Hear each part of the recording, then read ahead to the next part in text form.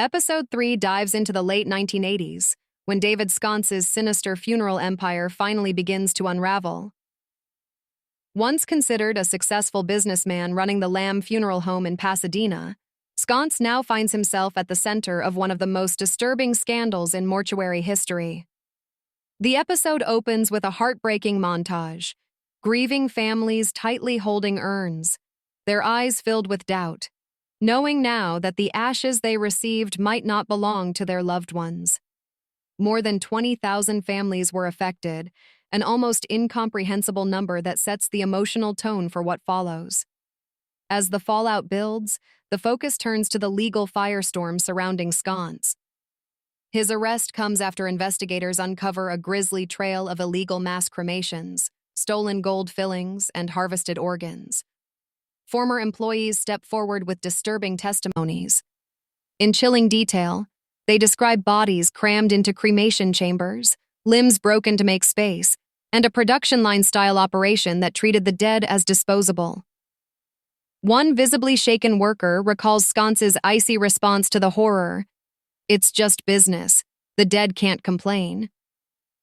The episode then follows Sconce into the courtroom, where in 1989 he pleads guilty to various charges including theft and desecration of remains, earning a 5-year sentence. But the bigger shock comes with a new accusation, that Sconce arranged for the brutal assault and likely murder of Timothy Waters, a rival funeral director. Prosecutors claim he hired hitmen to remove the competition. Although the evidence appears damning, the case falls apart by 1991 due to lack of direct proof. Archival footage of devastated families as the charges are dropped captures the emotional toll of justice unfulfilled. In the second half, the spotlight turns to Sconce himself. Now in his late 60s, he appears in a rare post-prison interview. His demeanor is cold and calculated, and he shows no sign of remorse. "People care too much about ashes. It's just carbon," he shrugs, eyes sharp and unfeeling. Director Rofe smartly allows his words to stand on their own, cutting between Sconce's lack of empathy and the pain of families like the Garcias, who scattered ashes over the sea, believing they were honoring their mother, only to later question everything. The episode ends with a glimmer of bittersweet change.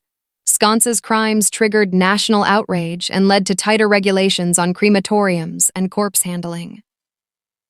Still, the final scene, Sconce walking free, his expression unreadable, drives home the cruel reality that not all villains face a fitting punishment. Review. Episode 3 of The Mortician is a haunting, emotionally charged chapter that balances investigative depth with raw human grief.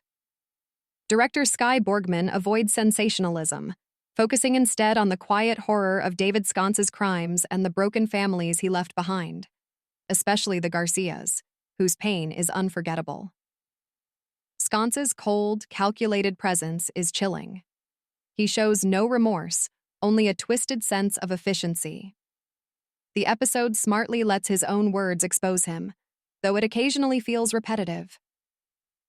The broader examination of funeral industry failures, with expert insights and historical context, adds real weight. Though some reused footage and a dangling murder charge weaken the pacing, the storytelling remains strong. Visually striking and emotionally powerful, this episode highlights the deep betrayal of trust and asks what justice means when the truth is buried.